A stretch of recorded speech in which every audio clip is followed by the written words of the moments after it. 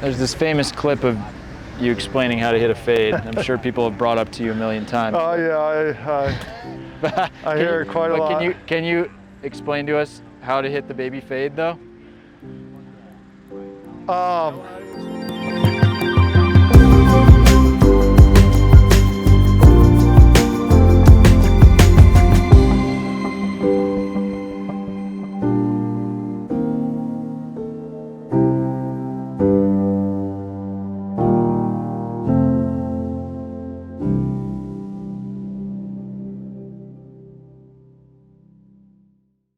All right, next up on the tee, Mr. Dustin Johnson. Dustin, thanks for being here. Yeah, thanks for having me. All right, say it's Sunday morning, final round, major championship, and you're getting to the range. What have you already done before you've gotten here?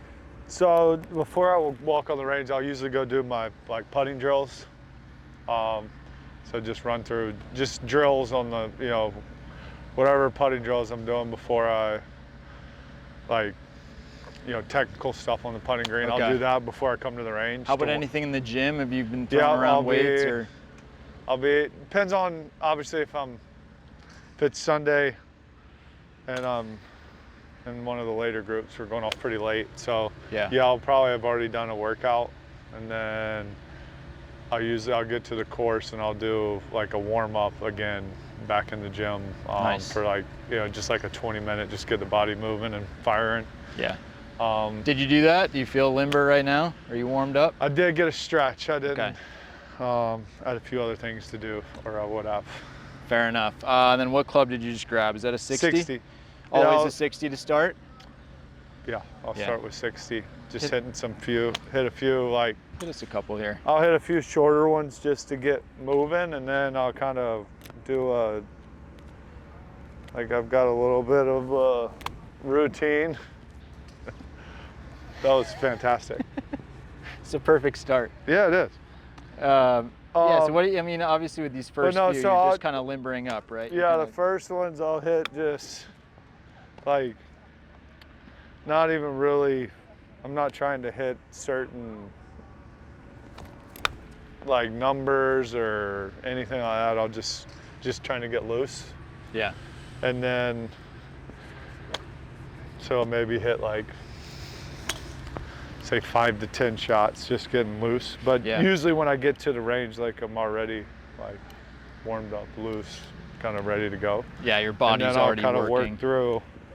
So I'll work through all three of my wedges, which would be 60, 54, and you touch them all? Pitch and wedge, yeah, I'll hit all three. Oh yeah, so you go straight 60, 54 pitching wedge. What do you know what degree your pitching wedge is? 48. 48, okay. That's like an old school proper pitching wedge, not one of the.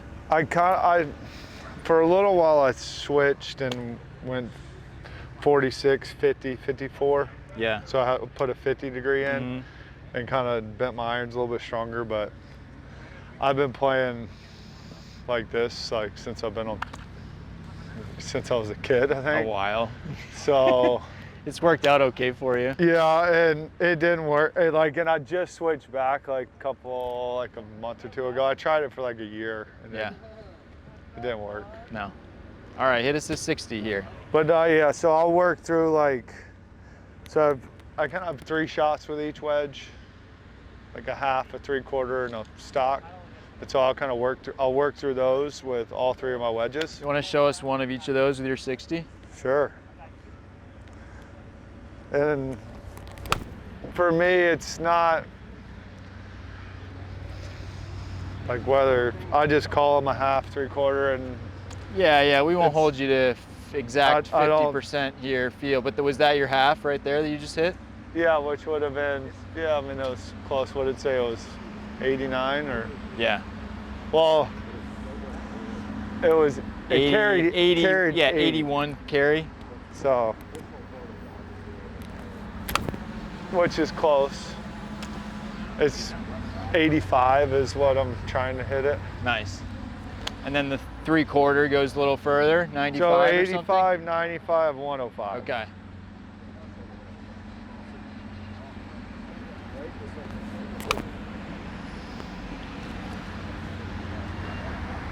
So So usually I'll work through those. I'll hit a few shots at each distance.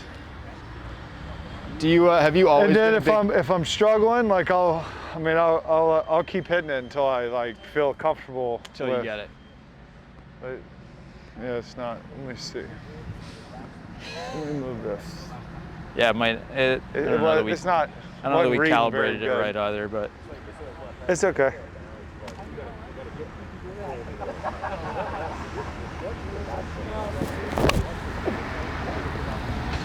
Have you always been a big launch monitor guy? Like, do you remember making the transition from when? I do. It was. I mean, I never was actually until it like came. Well, because it wasn't a huge thing, obviously, when you were like a kid. No one really had one. You know, the reps had them, and you would use them to maybe like fit a driver or something, and then but you didn't really. But I started using one. David would probably know the exact year, but it was just when. I remember the first time I had it, I think it was LA. Or like that's when I really, maybe it was that year. It might have been even 17 when I, like right around then. So you were just mostly feel until then. Right, but it was, and then I really wanted to start dialing in my wedges. Yeah. And so like for me, that was probably the biggest difference was just getting instant feedback. That's where you got this half, three-quarter, full thing, right. Like boom, 85, 95, 105. Well, and then too, instead of like, I mean, it helped a lot, like on say a par 5 that I couldn't reach or. Not many of those, but yeah. Or I hit it in the rough. Yeah. Instead of just blasting it down like as close to the green as possible.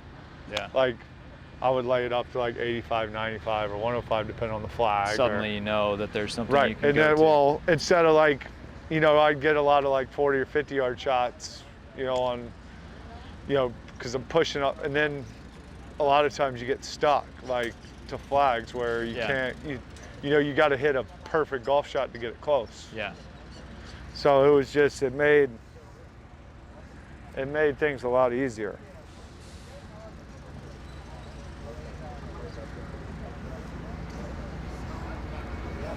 I can tell now you're determined to hit this 105. No, this is 95. Oh, that's 95. So that should be pretty close. They can't see it. Just you can say it says 95. You know. That would have been pretty close. Yeah, because this is tracking the ball, so I think it was spot on.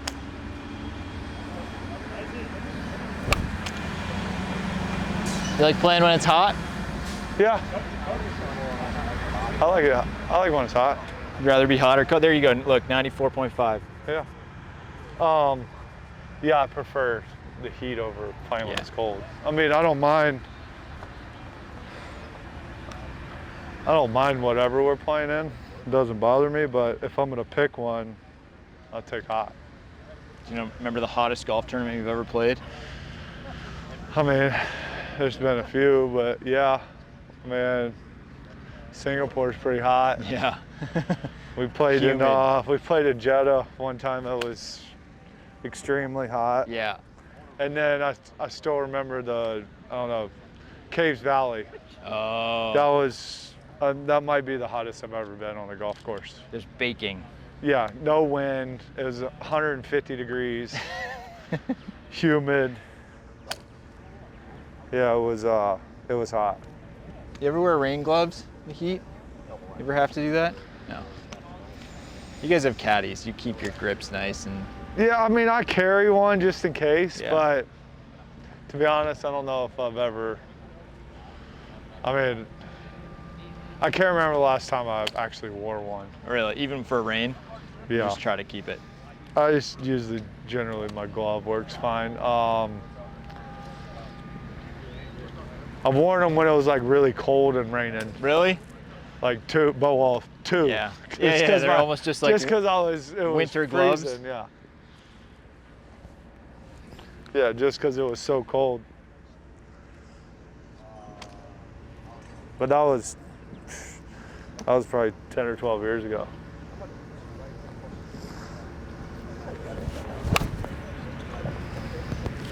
Is that full?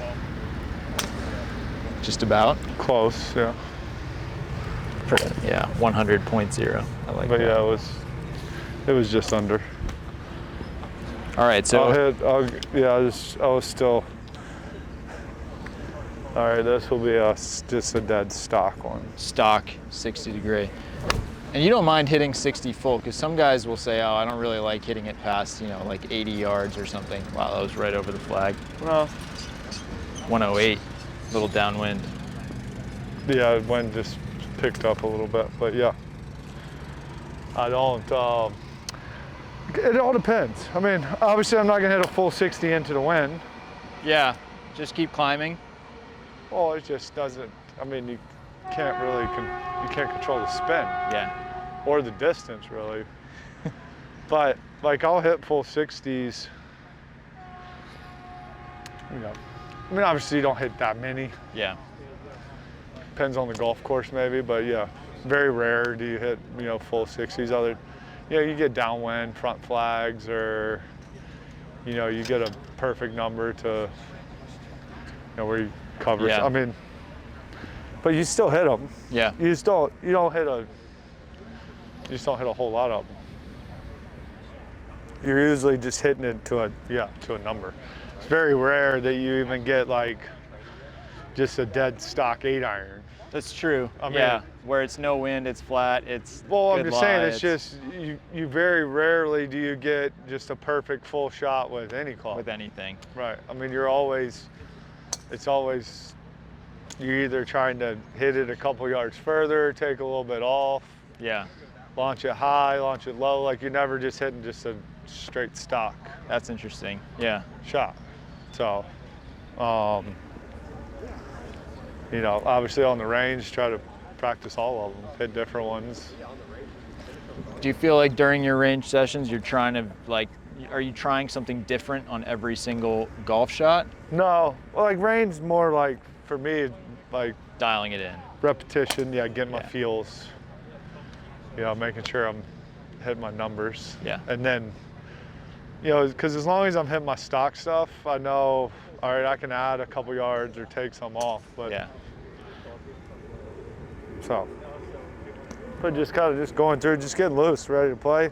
Yeah. You know, wedges I'll mostly hit. You know, I'll just try to stock, and you know, I'll hit some flighted ones or turn one or Yeah. fade up, whatever it is. Just because, you know, try to hit, you know, maybe some of the shots you might need on the course. Sure.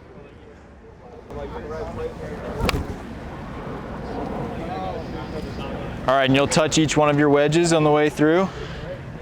Yeah. And are you thinking about, like, do you have a wedge swing thought? Are you thinking about anything as you're standing over it, whether it's contact or takeaway or anything like that? No, mostly like how far I want to hit it. Yeah. Just Then you just think, boom, the number. 100, and then it goes 100? That's sick.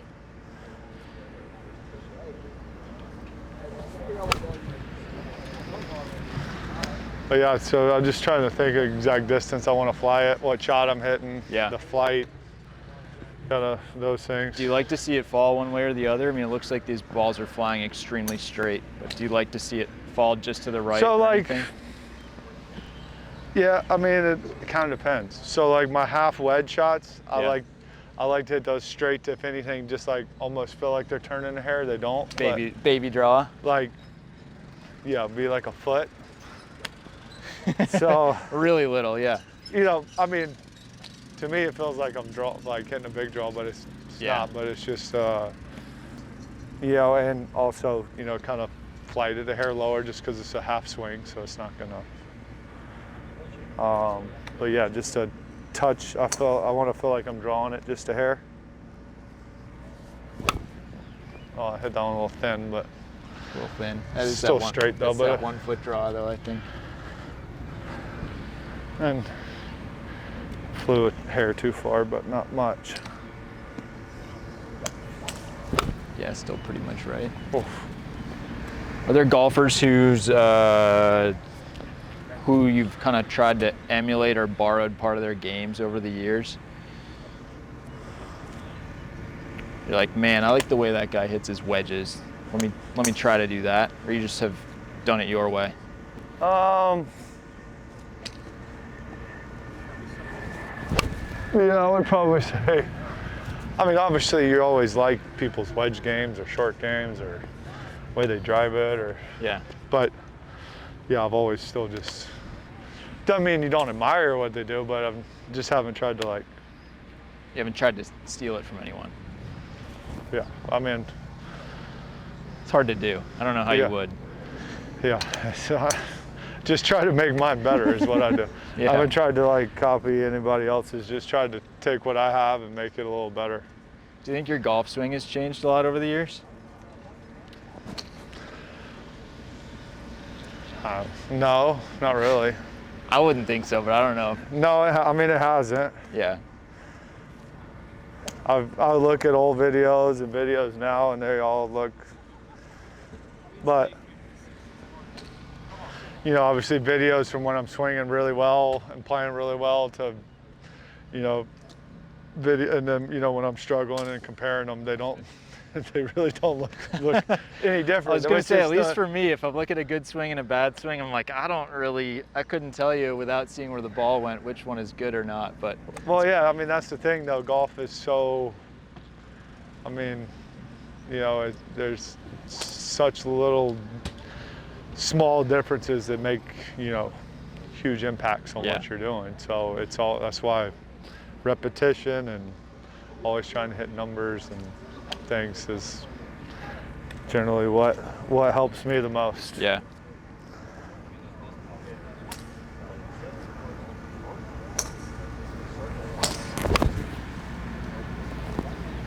I don't want to screw up the rhythm of your warm-up. Can I get you to skip to hit some mid-irons? Sure. Or will that mess you up? No, I can do it. I'm fine. I usually go. Yeah, what do you do? Wedge 8. You hit your wedges, and then pitching wedge, you go to 8-iron? Yeah, pitching wedge, 8-iron, 6-iron.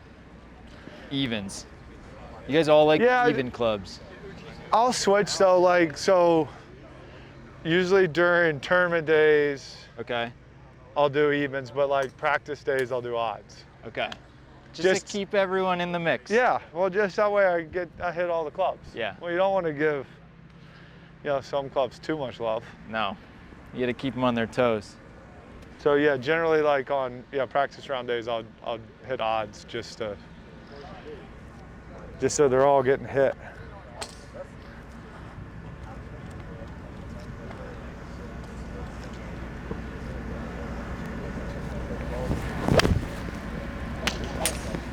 God, that's nice. Yeah. So what do you think kind of a stock 8-iron? Do you have a carry number in your head that flies? Does it vary a little bit week to week depending on where you are? I mean, like, yeah, obviously it's going to vary depending on temperature and where you're at, and you know, there's a lot of factors that come into how far the ball's going. But like,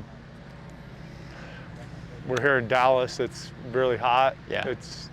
I mean, a stock good one's probably going to fly close to 75. Yeah. Like that last one was a little bit under stock, and it went 170, which is about right. That's about what I felt like I hit it.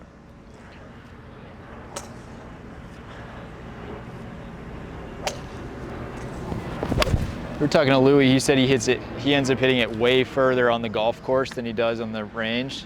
I'm the same. You are? Is that adrenaline or who knows what? It just happens. Well, you smoked that 177 carry. Yeah, but I mean, it's hot. And to it kind of just depends on, like, for me, that's why you're on the range, I always try to, you know, I'll hit some, like, try to smash it, just hit as far as I can with, you know, each club, just to kind of know what my max numbers are. Interesting. It's like, here's your upper limit. Well, then, because, you know, you get on the course, you're feeling good, you got confidence, you're swinging at it well, like, you know, the ball definitely goes, it's going to, you know, you got a little more adrenaline going because you're playing. You know, it'll go a little bit further. It's not a big difference, but Yeah, and big moments, do you notice? Like if you're in contention, oh man, maybe you take a half club less because you know it's going to go further. Is that like overstated? That's just something we imagine would happen. I mean, I think that goes back to, again, like, you know, knowing what your max distance, because like if you know what your max distance is, you can't hit any further than that. Right. So, so yeah, I just think it's more, you know, obviously they're, you know, coming down the last couple holes, the adrenaline's pumping, you're feeling good, you got a lot of confidence going, so, you know, you're just swinging at it, you know, maybe a little bit more aggressive just because everything's going well for you. Yeah. So it's not that you're not hitting it any further other than, you know, there's only so far you can hit it. Yeah. Yeah, I guess that's right. I like to always think that maybe there's just another level you could access. You're just in the perfect there situation. is, but that's why you try to That's access that on the range, so you know, like, all right, even if I hammer this or whatever you want to call it, you know, hit it as hard as I can, hit it perfect, like this is as max distance it's gonna fly. Yeah. So then, you know. All right, with 8-iron, you're also gonna hit this just a pretty damn straight golf ball, or do you like to work it a little bit more? Normal shot's gonna fall. So I just want it to fall into the right. But again, depending, like I don't mind, I'll draw it too, just depending on the wind, or I like to hold it into the wind. So you know, for the most part, if it's the left or right wind, I like to turn it into it, like just to hold it. And if it's right to left, then you'll I'll happily fade it. Just fade it. And if there's no wind, most likely it's gonna fade, unless it's you know, short irons I'll turn over. Once I get to the longer stuff, I generally hit them all left or right. Yeah.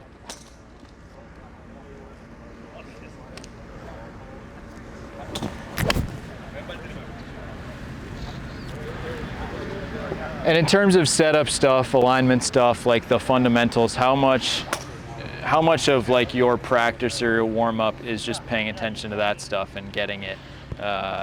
Yeah, I mean, for me, it's always like every day is just basic fundamentals. Yeah. So alignment, setup, you know, you want to, you know, you just want to be as consistent as possible with everything you do.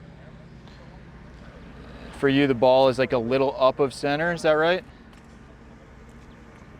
With an 8-iron, yeah, it's probably going to be pretty center. Yeah, pretty close to middle, maybe a half ball. Yeah. Just for me, I've always played everything kind of middle. Like wedges are going to be middle, and then everything else is going to move up a little bit with each club. Love it. All right, okay, can you turn one a little bit right to left, and like, sure. Are you making any adjustments to do that?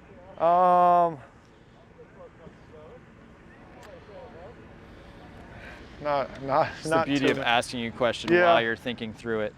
Yeah, I mean, I'm gonna adjust my setup a hair. Yeah. I'll set up a hair more closed, and I'll take the club back a little straighter. Okay.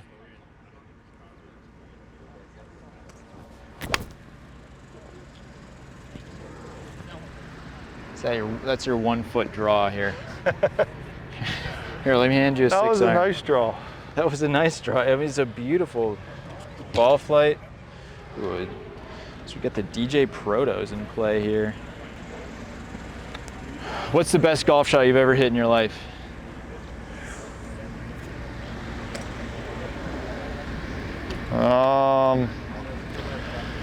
Probably circumstances, I would say. Probably the 6-iron on 18 at Oakmont. I was gonna say, we were just at Oakmont, but I don't think it's like recency bias to. No. From the outside, that would be my guess. Yeah, I mean, during, you know, the circumstances, but then too, I mean, I don't know. The year before at Chambers on 18, the drive and the second shot, you know, were two unbelievable golf shots. Obviously, I ended up 3-putting, but. Given the circumstance, though, what a golf shot. And, you know, kind of knowing what I have to do, I mean, it was a really narrow fairway to hit the fairway. I smashed one and hit a beautiful 5-iron in there. So, but yeah, Under the circumstance, I would say 16 at Oakmont, hitting a 6-iron in there really close to win, you know. I was just at Chambers. I live in Seattle. Me and Jibo's behind you there. And we always marvel at that fairway of like, well, where are you supposed to hit this thing? Yeah, especially when it's firm and fast like it was. Yeah, yeah.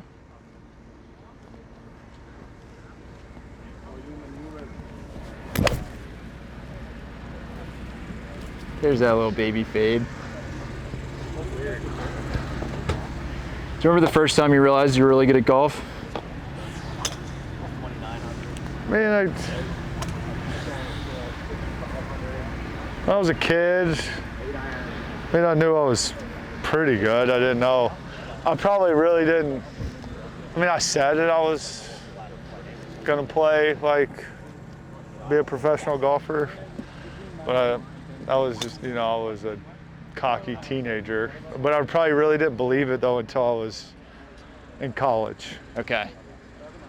So because then you could see that you stacked up well, or you just felt like you had more control of your golf game at that point? Well, no, I mean, obviously I was going based off of a small sample size of, you know, playing around the local clubs and some, you know, junior tournaments. Yeah, you're a big fish in a smallish pond. Right, and then getting, you know, once I got to college, probably after my sophomore year in college, and that's when I really, okay, I'm pretty good. I can play with, you know, the best amateurs in the world. So. Yeah. Or I was one of the best amateurs in the world, so it was. That's right. So that checked out. So yeah. You actually were, yeah. And then obviously, you know, playing. You know, I won a few big tournaments after my senior year in college. Like, I won the Northeast and the Monroe, and played Walker Cup, and so obviously that was kind of the start of my golf career.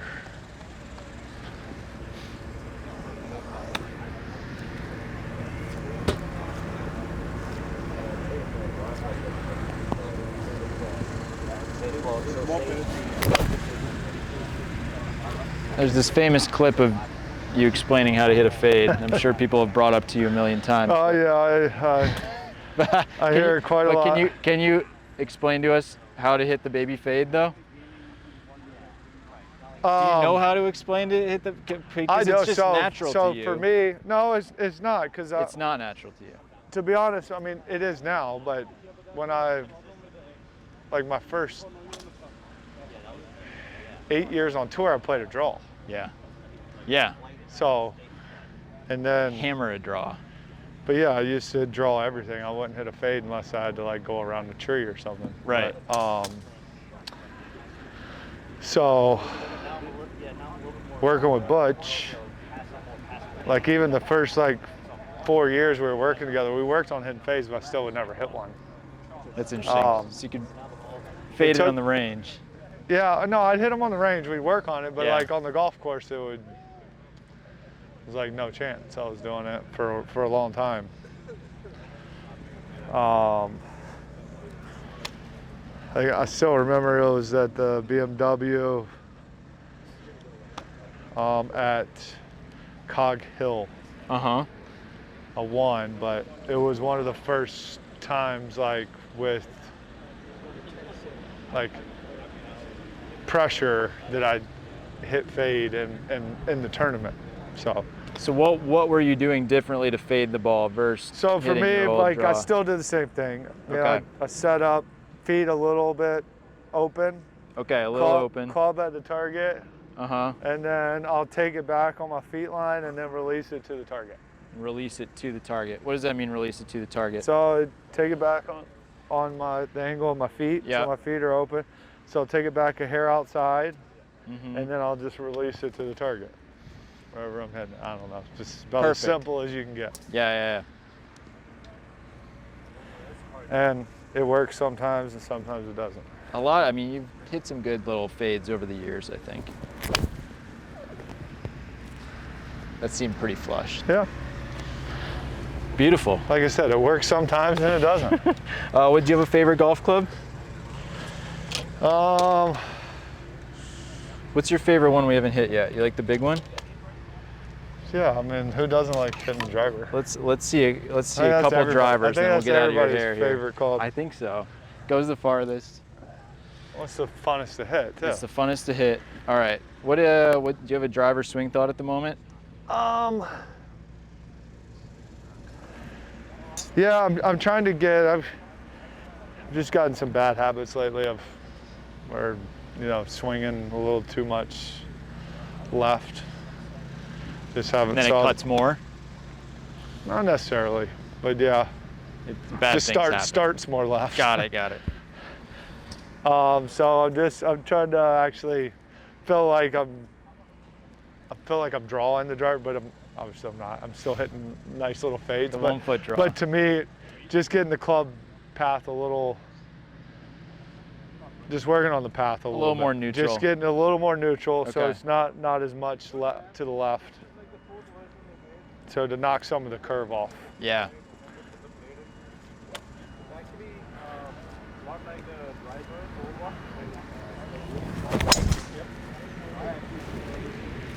Man, that's really good. Yeah. Yeah. Agreed. It was.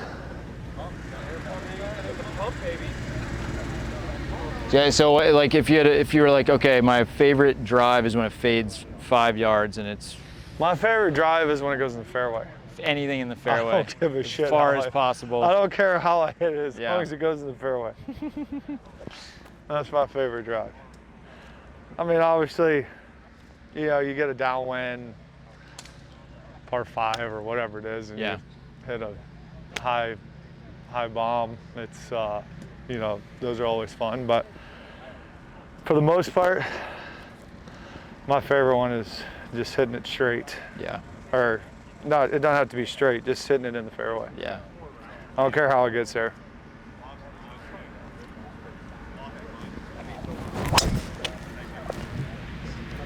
But if I hit a lot of them like that, they'll be in the fairway.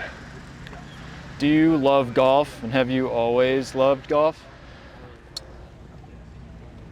I think so. I mean, as far as I can remember. But yeah, I still love it. You do? Yeah. I still enjoy the grind. I mean, lately it's been a little more frustrating than I'd like it to be, but it's just golf, you know. Yeah. I feel like the game is really close to being good, and I don't know, a lot of times throughout my career though, I mean, I've struggled, but for me, it's always been like really, you know, sometimes it takes just, you know, one swing or one shot or one round where everything flips and it goes the other way. So yeah. And do you feel like it always ends up being like a pretty little thing rather than some big change you have to make? Pretty small. Yeah. Like, I mean, even something as small as like, because I feel like I've struggled off the tee. You know, figuring out I'm swinging a lot more left than I usually do. Yeah. Where my path is. So, you know, just getting that a little more neutral, and, you know, already feel a lot more comfortable with the driver. Yeah. You know, hit it further, cause, you know, when you got more confidence that you're going to hit one, you know, somewhat where you can find it, it definitely helps. Yeah. So, I don't know, it could be something as simple as that.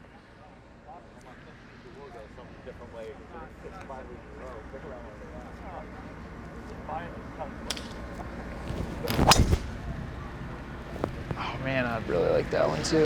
So.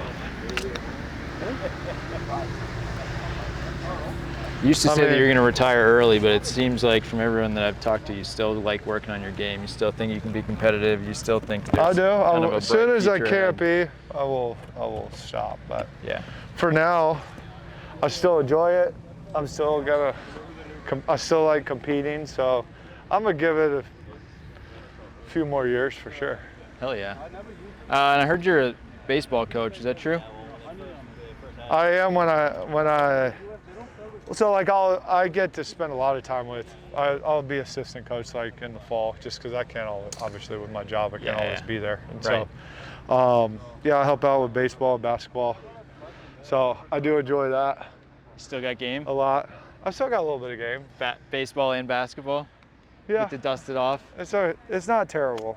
And then before you go into the first tee, will you finish with a couple wedges?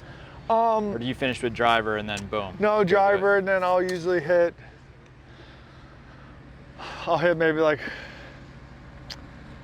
a couple wedges, couple 8-irons, just to, kind of just to finish the session, and then go to the tee, or like if the first hole's a 3-wood or a 4-iron or whatever it might be off the first, that'll be the last shot that I'll hit.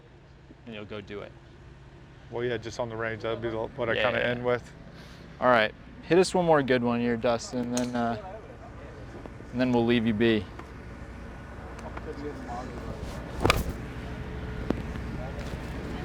Beauty.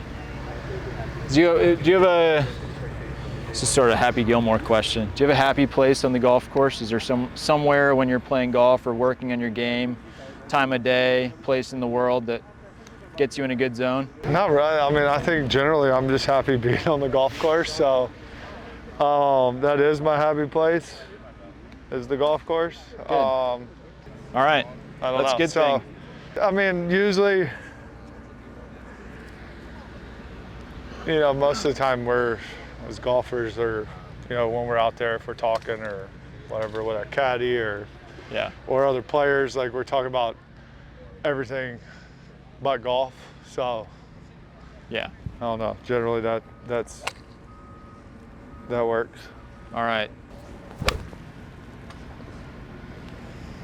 Do you have to hit a good one before you leave the range? Like, does the last one have to be good, or else you hit another? I'm not going to leave the range on a missed shot. But I mean, it's funny. I mean, golf obviously is a really funny sport. Some of the worst warm-ups I've ever had have been the best rounds that I've ever shot, and vice versa. Can you make any sense of that? No. I don't think anybody can. But then have unbelievable warm-ups and play awful. So it's like, it doesn't make any sense. So I try not to put too much value on the warm-up, and just, other than my wedges, because I know that's something I can control. Yeah. Like, no matter how I'm swinging, I feel like I can control my wedges. So I feel like as long as I'm hitting those well and controlling the distance, I'm gonna have a pretty good day. Thanks for warming up with us. Appreciate it, Dustin. Thank you.